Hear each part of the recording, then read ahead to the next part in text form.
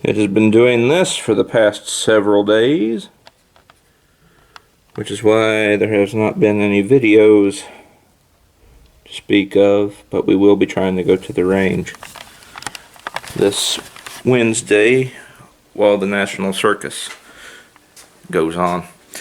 Hello folks, it's Puskin by 51mm, and I'm here today to talk about some new goodies I have got. So let's get into this. Alright, we'll be talking about the new machete that I bought. It is a Hooyman, Hooyman machete. And I bought this off Amazon because I was thinking, I have a lot of fixed blade knives that are, like K-bar length, like this. And these are good. The fixed blade knives, long fixed blades, those are alright. Having a lot of those is good, but I needed something a little bit longer for clear and brush, and for more of the chopping work that's required for like hunting and stuff. So I figured it was time I bought something a little bit longer than like the standard length K-bar knife. I have the package it came here in. Hooyman. So it's got a black oxide coating. See, it's 3CR13 stainless steel. It is full tang construction. Bumped that by accident. And then it's a bush machete. Black oxide covering.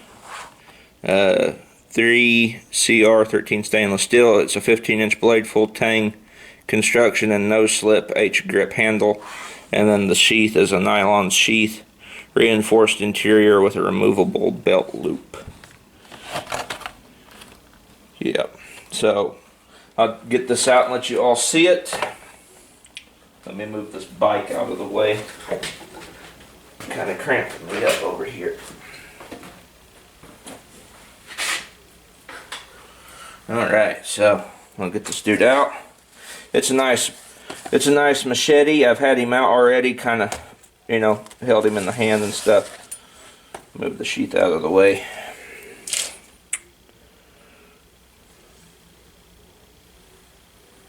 It's very nice. I like that rounded, like, clip point that it's got. And it fits my hand perfectly, as you can see. In this grip, it's almost like, kind of like think of a Hogue grip on an AR-15. Hogue pistol grip. It just digs into your hand, and like there's no, like it, see, like, let's see here, I'm holding like this. It digs into your gloves, so if you got gloves on it, that's like, there's a lot of traction right there. Sharpness, it's got a decent edge on it, and there's a flat spot there on the blade. You can see that there. It's like a folded spot on the blade. Right there. It is pretty sharp. I mean, I haven't had time to use it yet. I just got it yesterday. And it is covered in a thin oil. See, because you can see my fingerprints on it. It's got oil on it at least. So that's good. But I haven't had a chance to use it. I just got it yesterday. Well, actually, it arrived a few days ago, but I haven't been able to. Haven't had time to, do a video on it. I've been busy, but it's well balanced. But right there's where the balance is in the hand. You get out here like this, and the blade starts getting a little heavy, and back there in the handle, so the balance is about right there in the middle, which is good. I will probably have to sharpen it, because it's got a good edge on it. Honestly, as it is right now, I could probably just leave it like it is, because I wouldn't want to be whacked with it. It would definitely like tear flesh, and it would leave a big gaping cut if you were to be whacked with it as it is now. I mean, it's come pretty sharp from the factory, but I could do better. And I'm thinking about using the method I have used to sharpen my K-bar on it. I might do a video on that because I did say I was going to show my new method of sharpening knives on YouTube. I just haven't got to it. But the blade is really nice. It's got heft to it too. I mean, it isn't light. It's got some heft in the hand. I mean, like when you're holding it in the handle, you can feel it out there on that blade. It's got some it's got some weight to it. So that would help with chopping and swinging. And it's got a loop here in the handle, a hole there. You could run a lanyard through, a piece of paracord, something. And the pommel is just plastic, so I really wouldn't want to hit that on nothing. Same with the hilt. The hilt is plastic as well. So if I were to say on a weak point on this thing, if you were to get going with it, the weak points for it's probably back here.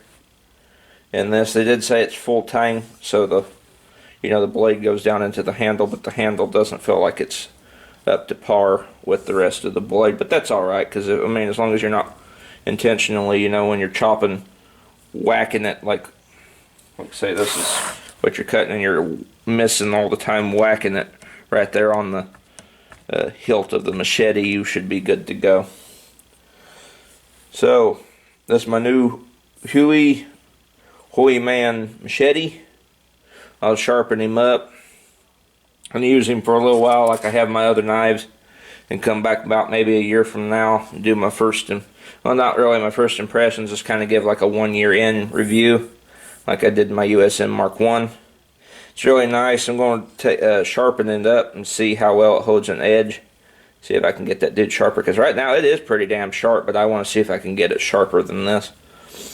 So it is pretty nice. I enjoy the weight of it because it really feels like it feels like you could really put some energy behind those swings. So yeah, and the spine of it's pretty thick too, a decent thickness. Let's compare it with the K-bar, the spine thickness, just as a comparison. Okay, so I'm gonna get these two together. Like so, like this. The K-bar is a little thicker, a lot thicker actually in the spine than the machete. That's interesting. So let me put my K-bar back over here. So the spine, it's got a pretty decent spine, but the thickness is smaller than that of a K-bar. So, well, I mean, this is a machete meant for cutting branches and brush. It's not meant for fighting. The sheath, I was getting ahead of myself earlier. The sheath is just a nylon, as it said.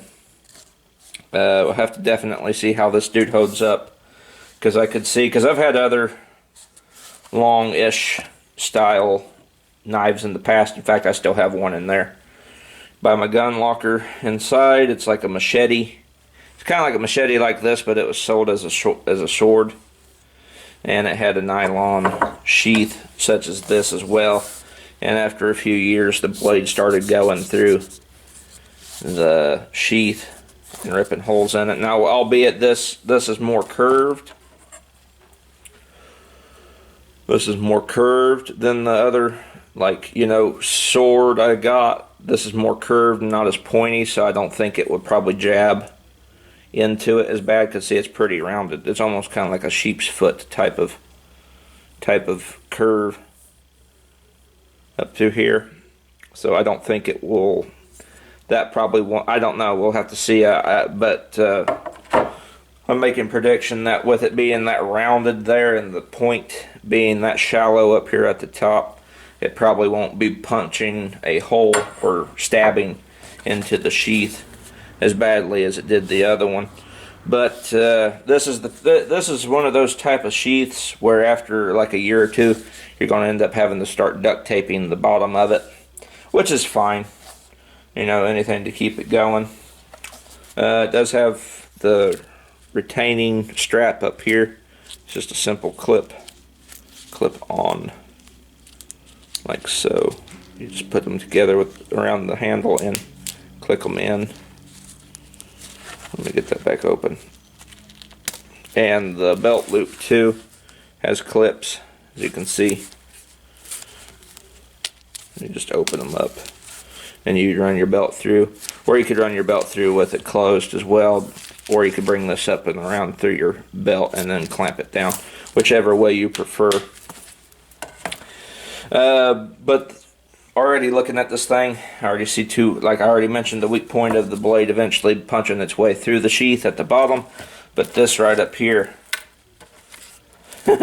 this little, retainer to keep it into the sheath, I could see this wearing out and falling off because that's just stitched on in nylon. It's just kind of, the harder you run it, it ain't like leather. I've had this K-bar here for almost 9 years now. 8, 9 years, something like that, and it's seen its days in the sun. As you can see there, all the abuse that it's taken up around in here. It's been in the bottom of creek bottoms and up hillsides and down hillsides and in the mud and dirt and rain, and it's held up all that time very well. See the strap up here, it's held up quite well. Not as much strain on it, but I could see with this this machete, that this strap would probably be the first thing to go when the sheath itself starts, taking abuse, which is all right, because I mean, I could probably store this into the sheath and not have to worry about that, because it is a pretty tight fit once I get it in there. No, I take that back. It's not a tight fit. I thought it was. Yeah, so, well, I mean, if it does break, if the strap to hold it in breaks, I could probably fabricate something and stitch something there and then bring it up and around and have it clipped there like that. So, but that's my predictions for the sheath. This will wear out first, and then eventually the blade will probably start punching a hole through the bottom of the sheath. So that is my new Machete.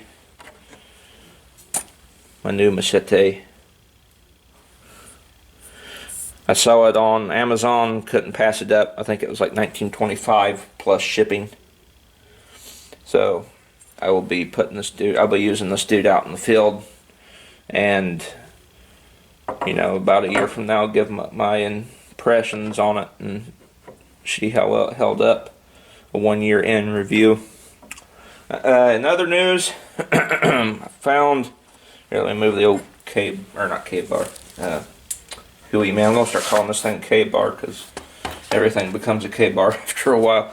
Found some more 7.62 NATO, 7.62 by 51 millimeter NATO. This is some Serbian PPU.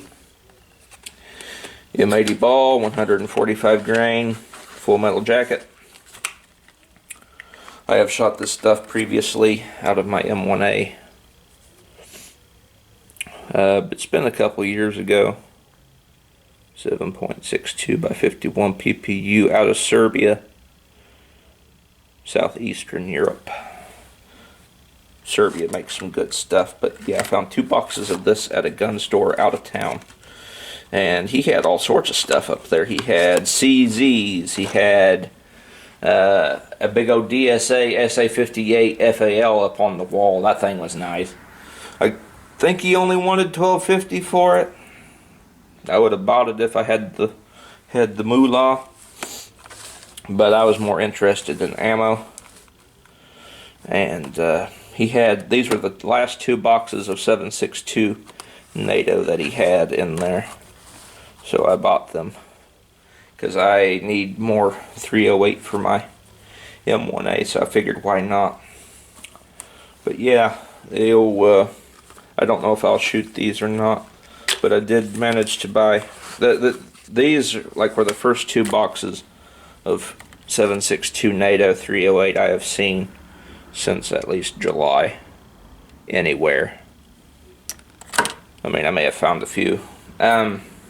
I don't think I'm going to do an ammo test on these, because you know I could very well, if I wanted, I could do a retest of this ammo in the M1A, because the first time I did an ammo test for this stuff, it was kind of, my M1A didn't really prefer it, because it's a 145 grain bullet, and my M1A has a 1 in 11 twist, and it prefers like the medium weight stuff. So this is kind of a, you know, kind of like on the low end of its twist rate, that it won't stabilize. Let me find a magnet, make sure these ain't steel core, because if they're steel core, that will definitely, you know, that will definitely factor into whether I shoot them or not, whether I want to or not. Well, this is going to look kind of dorky and stupid. I hear an AC-130 flying over. They're coming to get me. I know what an AC-130 sounds like. This big old 4 propeller wings. This is going to look dorky, but this is the only magnet in the immediate vicinity. It's one of these big outfits. As you can see, it's got like flake or chips and stuff stuck to it, metal fragments. See if these bullets are magnetic.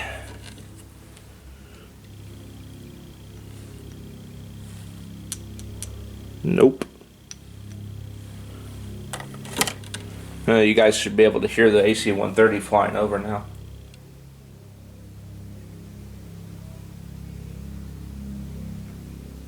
I almost wonder if they ain't sending more troops to Washington. Well, apparently these ain't magnetic. Let me get another bullet. Or not magnetic, steel core. At least not in that box. Up, hear it?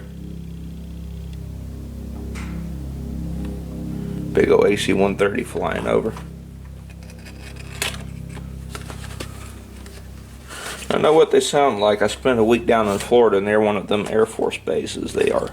You can hear them coming from a long way off. Okay, well, nope, they're not steel core bullets, but I will probably not end up shooting them, because I can't. You can't really. I mean, what you got now? I mean, we really got to see how Joe Bite Me handles the guns. We got to see. He may end up being like Obama and not do anything much at all in regards to ammo and guns. But you know, we can't be sure. So I'm not. I'll have it on standby, and I will do a retest on it when I see, if I see things straighten out any. But I'm just going to sit on it. Figured you guys would, you know, at least, you know, some gun stuff out here to talk about. I'm going to go shoot Wednesday during the National Circus.